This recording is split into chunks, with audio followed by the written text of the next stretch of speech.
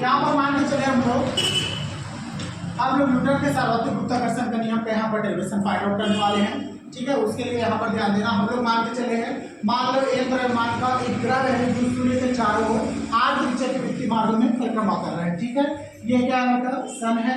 ये m द्रव्यमान का एक ग्रह है। ठीक है, पहले इसकी पोजीशन यहाँ पर थी, थोड़ी देर बाद कहाँ है, यहाँ पर है। ठीक है, ये सूर्य से 8 दूरी पर है। ठीक है, मतलब कि 8 त्रिज्या के वृत्तीय मार्गों में ऐसे गति कर रहा है। ठीक है, समय के साथ इसकी जो स्थिति है वो लगातार परिवर्तित हो रही है। तब वृत्तीय गति करने के लिए जहाँ पर लगने वाला विकेंद्र बल, कोई भी चीज जब वृत्तीय गति करती है, जब कोई भी चीज होता है ऐसे गोल गोल घूमता है किसी भी चीज की वजह, तो उस वृत्तीय गति में कौन सा बल लगता है, अभिकेंद्र बल लगता है। ये पहले भी बता चुका हूँ, कार वाले एग्जाम्पल याद आ रहा है। कार से मुड़ता है तो अंदर से अभिकेंद्र बल लगता है। अभिकेंद्र बल अंदर की ओर लगता है कि बाहर की ओर लगता है, बाहर की ओर लगता है। ठीक है, हमें याद रखना। तो अभिकेंद्र बल का फार्मूला क्या होता है, F=mv²/r। ठीक है, ये अभिकेंद्र बल का फार्मूला होता है। आप ध्यान देना, आप लोगों को कल बताया था मैं v= क्या होता है, v= बताया था क्या होता है, ओमेगा। याद आ रहा है, याद आ रहा है ना। और ओमेगा का भी मान बताया था बेटा, बेटा यहाँ पर ओमेगा क्या बताया था आपको, ओमेगा होता है d(θ/dt)। ठीक है, चूंकि ये क्या है, पूरे के पूरा वृत्त है, तो d(θ) मतलब विस्थापन कितना हो जाता है, 2π/t होता है कि नहीं होता है। ये पूरा का पूरा विस्थापन 2π होता है। कल ही बताएंगे सारी चीजें। ये समझ में आ रहा है कहाँ से है, कल बताया था। ठीक है, तो ओमेगा का मान कितना रखूं मैं, 2π/t। यहाँ पर कितना हो जाएगा, हाँ तो ये तो आ रहा है ना, सिर्फ ओमेगा का मान है बेटा, इतना निकाले होंगे। ठीक है, अब कंफ्यूजन होगा तो इसको मिटा दो क्या, ये चल ओमेगा इतना होता है। फिर कहाँ से आए, बाद में मत सोचना। ठीक है, ओमेगा 3π/3 होता है। तो ओमेगा का मान यहाँ पे रखूंगा तो कितना हो जाएगा, 2πr/t। ऐसा लिख सकते हो इसको, r मल्टीप्लाई में है ना इसके। ठीक है, इस वजह से a आ गया। ठीक है, यहाँ पे t क्या है, t क्या है यहाँ पे, ठीक है, कल ही पढ़ा हूँ सब कुछ। t परिमाण काल है बताया। तो ओमेगा क्या है, कोणीय वेग। ठीक है, पढ़ के आते हो कि नहीं आते हो, रिस्पॉन्ड थोड़ा भी रिस्पॉन्ड नहीं करते हो तुम लोग। ओमेगा को क्या बोलते हैं, कोणीय वेग बोलते हैं। टी क्या है, परिभ्रमण काल। ठीक है, वी क्या है, रेखीय वेग। कोणीय नहीं, ओमेगा कोणीय वेग है, वी क्या है, रेखीय वेग है। आर है, आर क्या है, त्रिज्या है, चल। तो v का मान क्या करेंगे बेटा, हम लोग यहाँ पर रख देंगे इसको। आप समीकरण 1 मान लो, नीचे में लिखोगे v का मान समीकरण 1 में रखने पर। ठीक है, चल f का मान, f दिख रहा है, f में जो वैल्यू लिखा हुआ है v का मान यहाँ पे दिख रहा है आपको। तो v का मान कितना निकला आपका, 2πr/t निकला है। यहाँ पे भी दिख रहा है, वहां पे ले जाकर पुट कर लो, कितना हो जाएगा, m ब्रैकेट ऑफ कितना है v का मान, 2πr/t का होल स्क्वायर।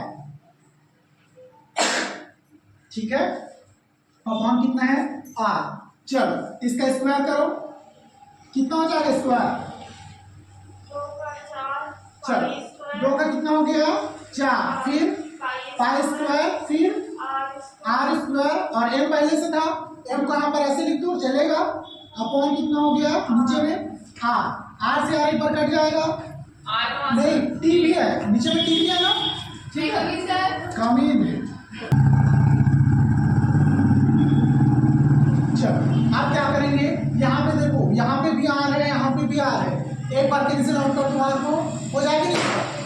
चलो एक बार कट कर देते हैं, तो कितना बचा ऊपर में, 4π², फिर क्या बचा, mr बचा, नहीं बचा है। अपॉन नीचे में कितना बचा बेटा, t², और कुछ बचा है नहीं। चलो मल्टीप्लिकेशन में आसपास कर सकते हैं, ऐसा कोई कंपल्सरी। हाँ ठीक है, लास्ट में जब हमको इसको अलग से बाहर निकालना होगा ना, तो ऐसे भी इसको फॉर्म में डिराइव करना पड़ेगा। चलो कितना आ गया। अब ध्यान देना, केपलर के तृतीय नियम से हम जानते हैं, केपलर के तृतीय नियम से केपलर का द्वितीय नियम क्या है?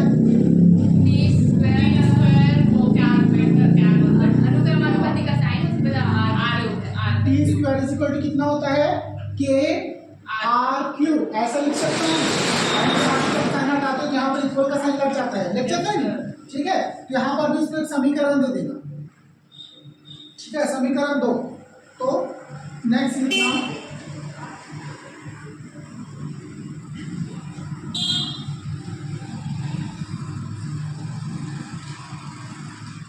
टी स्क्वायर का मान समीकरण 2 में रखने पर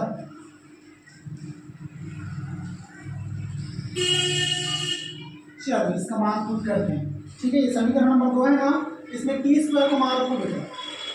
एच इक्वल टू कितना हो जाएगा? टी स्क्वायर है मतलब पूरा होल मान नहीं आएगा, स्क्वायर मत करना स्क्वायर, ठीक है।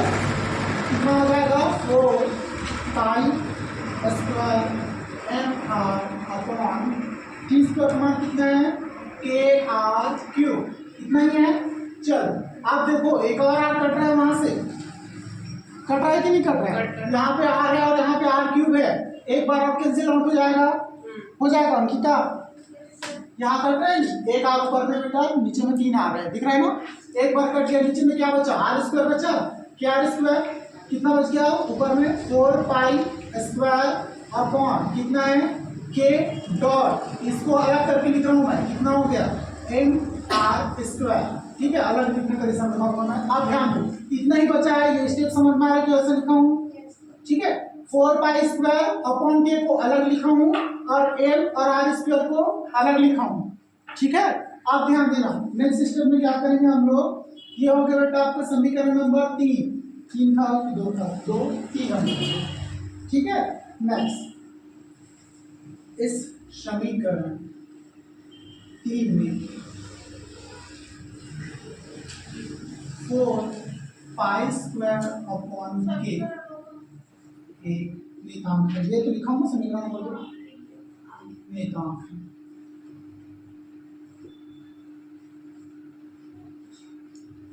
ठीक है। अब ध्यान दो, इसको मैं क्या बोल दिया है? नियतांक बोल दिया, बोला ना, ठीक है। अगर इसको नियतांक बोल रहा हूँ, इसका मतलब यहाँ पे f का मान कितना हो जाएगा? f proportional to m upon R square. ये जब प्रोपोर्शनल का साइन हटता है तब नियतांक लगता है, जब तक प्रोपोर्शनल का साइन होता है तब तक नहीं लगता है।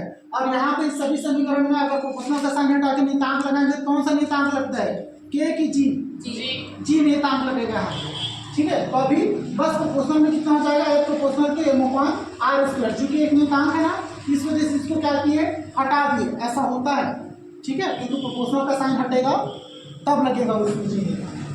चलो इसको ऐसा लिख सकते हैं, उसके बाद लिखूंगा नीचे में एम और आर। चलो हो गया प्रार्थना।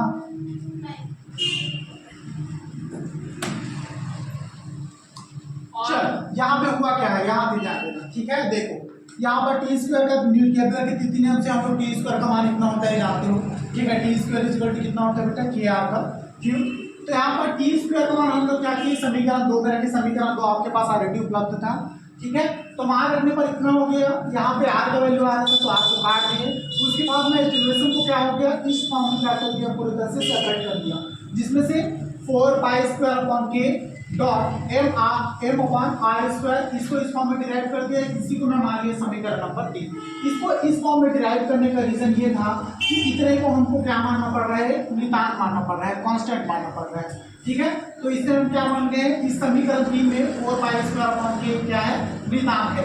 इस कंडीशन में एक प्रोपोर्शनल हो जाएगा एम अपॉन आर स्क्वायर के। याद रखना, जब तक प्रोपोर्शनल का साइन नहीं हटता है तब तक यहाँ पर हम नियतांक का मान नहीं रखते हैं। एक बार प्रोपोर्शनल का साइन लग गया मतलब यहाँ नियतांक नहीं रहेगा।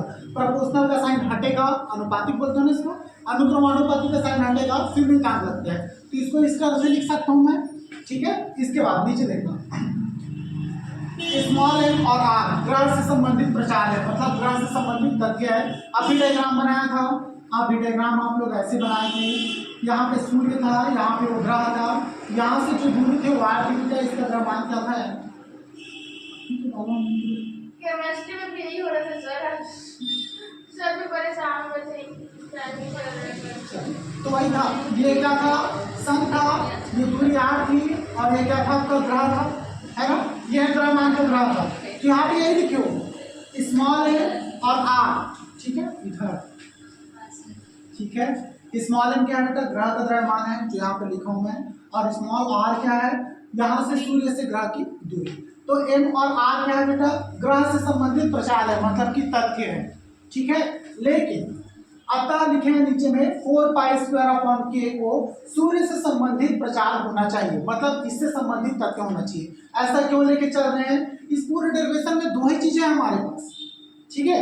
कौन कौन सी चीजें हैं, एक तो हमारे पास सूर्य है, दूसरा एक ग्रह है, ठीक है। तो m और r अगर इससे संबंधित हुए तो जो आप कांस्टेंट माने हो, जिसको आप लोग क्या माने हो, नितांक माने हो, ठीक है, उसको हम लोग किससे रिलेटेड लेके चले हैं, सूर्य के द्रव्यमान से संबंधित लेके चले हैं, ठीक है। तो यहाँ पे अगर ये मान नितांक हुआ है ये वाला, तो नितांक के मान को हम क्या लेके चले हैं, सूर्य का द्रव्यमान लेके चले हैं, ठीक है। तो उससे संबंधित तथ्य लेके चले हैं, 4π² के फॉर्म में प्रोपोर्शनल लेके चले हैं, कैपिटल एम के। कैपिटल एम क्या है, हाँ किसको बनाया था, बस समझाने के लिए, यहाँ पे बुक में दिया है, बस एक्सप्लेन करने के लिए बनाया, ठीक है। तो ये दोनों एक दूसरे के प्रोपोर्शनल हो गए कि नहीं हो गए, हो गए ना, ठीक है। तो फाइनली मैं यहाँ पे लिख सकता हूँ बेटा F इक्वल टू, देखना कैपिटल एम, ये भी प्रोपोर्शनल है ना, ये 4π² के प्रोपोर्शनल किसके है, एम के, है कि नहीं है। तो यहाँ पर 4π² की जगह में क्या रख सकता हूँ, एम रख दूंगा और बाकी मान इज इट इज। तो यहाँ पे लिख सकता हूँ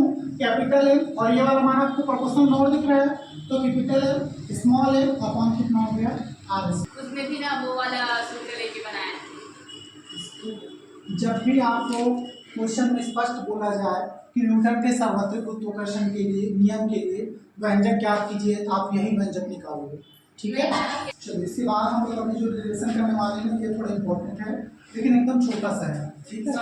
हाँ जी और जी का संबंध, हाँ ये आता है बेटा, पूछा जाता है एग्जाम में ना। मान लो पृथ्वी एक समांगी गोला है, तो ये जो गोला दिख रहा है ये क्या है, पृथ्वी है, ठीक है। इसका टोटल द्रव्यमान मान के चले बेटा हम लोग कैपिटल है, ठीक है। और मान के चलता हूँ यहाँ पर, मतलब पृथ्वी के ऊपरी हिस्से में एक छोटा सा पिंड रखा हुआ है, ठीक है। इस छोटे से पिंड का भी मैं यहाँ पर मान के चलता हूँ स्मॉल है, ठीक है। अब यहाँ से पृथ्वी के मुख्य केंद्र बिंदु से, मतलब कि जहाँ पर पृथ्वी का संपूर्ण द्रव्यमान केंद्रित है, ठीक है, यहाँ पर संपूर्ण पृथ्वी का संपूर्ण द्रव्यमान केंद्रित है, उसके केंद्र में केंद्रित हो जाएगी, ठीक है।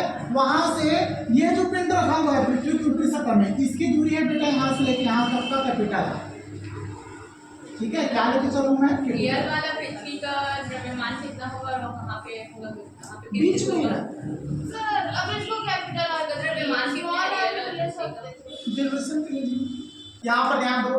मान लो पृथ्वी एक समांगी गोला है, समांगी गोले का मतलब होता है बेटा ऐसा गोला जहां पर पूर्ण तरह से द्रव्यमान क्या हो, पूरी तरह से संतुलित हो, होमोजीनियस हो, मतलब बराबर फैला हो, ठीक है। तो पृथ्वी में क्या होता है, संपूर्ण द्रव्यमान एक समान फैला होता है, जिसका संपूर्ण द्रव्यमान उसके केंद्र में क्या होता है, केंद्रित होता है। कि आपको पता है पृथ्वी समांगी गोला जिससे पृथ्वी का संपूर्ण द्रव्यमान उसके केंद्र में केंद्रित होता है, जो भी गोला होता है सबका द्रव्यमान क्या होता है, उसके केंद्र में ही केंद्रित होता है, ठीक है। ये लिख लिए। उसके बाद देखते हैं नेक्स्ट, मान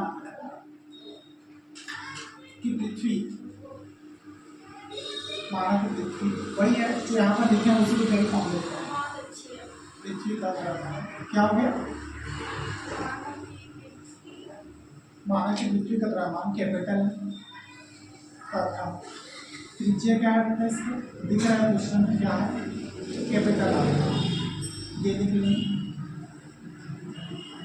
उसकी सतह पर जो डायग्राम बना उसी के थ्रू लिख रहे हैं, उसकी सतह एम द्रव्यमान की व्यवस्थित स्थिति, एम द्रव्यमान, ये स्मॉल एम है ना,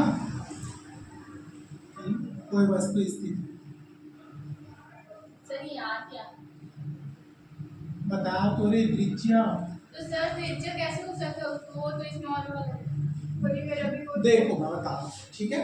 यहाँ पे हम लोग कैपिटल ला के आर लेके ही चलेंगे, क्योंकि हमको यहाँ से रिलेशन निकालना है, तो यहाँ से एक फार्मूला मिलेगा, तो इस कंडीशन में हम लोग कैपिटल आर लेके चलेंगे, ठीक है। सब कुछ डेरिवेशन के हिसाब से है, मैं बुक से हट के नहीं पढ़ा सकता, नहीं तो कंफ्यूजन बढ़ जाएगा, ठीक है। अपने हिसाब से चीज़ों को नहीं ले सकते, बुक के हिसाब से लेना। सर कहीं पे कुछ और कहीं पे कुछ ऐसा, हाँ यही है, क्यों करते हैं सर, क्या करना ही पड़ेगा, ठीक है, ऐसे ही लेके पढ़ो। यहाँ पे कंफ्यूजन बढ़ जाएगा अगर स्मॉल आर ले लेंगे तो आगे का डेरिवेशन हम लोग किसी तरह नहीं करना, पढ़ने लिखने में दिक्कत है, इस वजह से कैपिटल आर लेके चले। हम लोगों को भी याद रखना प्रॉब्लम है कहाँ पे स्मॉल आ कहाँ पे कैपिटल आ। आदत हो जाएगा, सब धीरे धीरे बस पढ़ते रहो। चलो यहाँ पे क्या लिखा, वही चीज लिखा हूँ और कुछ नहीं है, थ्योरी क्या लिखा हूँ जो पूरा डायग्राम में बना हुआ है। मानक पृथ्वी द्रव्यमान है जिसकी त्रिज्या क्या है, कैपिटल आर है, उसकी सतह पर द्रव्यमान की कोई वस्तु स्थित है। ये दिख रहा है ऊपर में सतह है, छोटा सा वस्तु है ना, ये छोटा सा दिख रहा होगा, ये देखो द्रव्यमान की कोई वस्तु क्या है ऊपर में स्थित है। तब न्यूटन के सर्वाधिक गुरुत्वाकर्षण नियम से, तब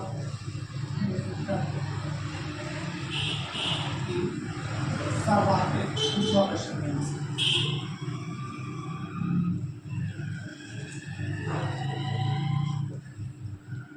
क्या होता है गुरुत्वाकर्षण नियम? F is equal to small f फिर कैपिटल F बटे में r स्क्वायर। क्या आपको बांटना, f is equal to capital F फिर स्मॉल f ये प्रोपोर्शनल में होता है और प्रोपोर्शनल का साइन हटा तो क्या हो जाएगा, कैपिटल जी लग जाएगा। इसके पहले वाला में हाँ देखो, चलो मैं लिख देता हूँ, ये हाँ जी ध्यान, को हटाओ, देखो मैं सही बोली थी।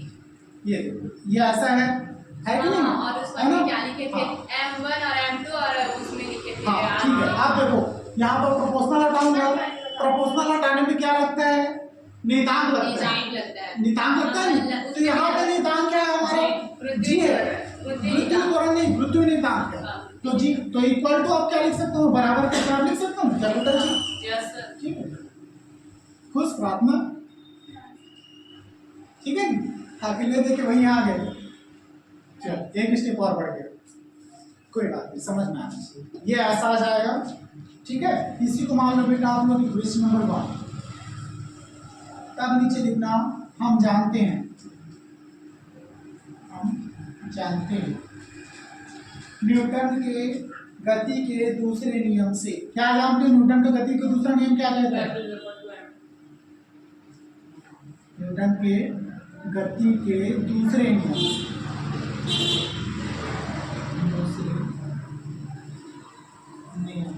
क्या जानते हो, F equal to m a. यहाँ पर मुझे बताओ, यहाँ पर एक यहाँ पर एक वैल्यू है क्या, हम लोग एक ही लिखे बेटा, रेखीय त्वरण के लिए फाइंड आउट कर रहे हैं क्या, नहीं, किसके लिए फाइंड आउट कर रहे हैं, पूरा क्वेश्चन पृथ्वी त्वरण के लिए। तो एक की जगह क्या आ जाएगा बेटा यहाँ पे mg, ठीक है। ये समझ में आ रहा है, इसको ऐसा क्यों कन्वर्ट किए, पूरा का पूरा हम लोग गुरुत्वाकर्षण के बारे में पढ़ रहे हैं और पृथ्वी त्वरण की ही यहाँ पर बात करेंगे, ठीक है। तो इक्वल टू क्या हो जाएगा, एन की जगह mg। चलो f का मान यहाँ पर पुट कर दो, नीचे लिखना f का मान समीकरण 1 में रखने पर, f का मान समीकरण 1 में रखने पर। आसान है, इतना छोटा छोटा डेरिवेशन लोग को बनाना ही पड़ेगा, तब जाके मार्क्स मिलेंगे एग्जाम में। f का मान देखो, ये f का मान है, f का मान कितना है आपके पास, कितना है, mg है ना, ये देखो mg है, mg का मान बेटा यहाँ पे पुट करो, ठीक है, ठीक है। mg का मान पुट करो क्या हो जाएगा, mg equal to capital G, फिर क्या दिया हुआ है, capital M small m upon क्या हो गया r स्क्वायर, ठीक है। कुछ कट पिट रहा है क्या, कटेगा, इधर देखो बराबर की इस तरफ भी m है, इस तरफ भी m है कि नहीं है, तो ये एक m कट गया, ठीक है। चलो अब क्या लिख सकता हूँ इसको मैं, small g is equal to कितना हो गया बेटा, capital G capital M upon क्या हो गया r स्क्वायर। ये रिलेशन है आपका, ठीक है। यही क्या है, स्मॉल जी और कैपिटल जी में संबंध है, यही जी और जी में संबंध, हाँ हो गया।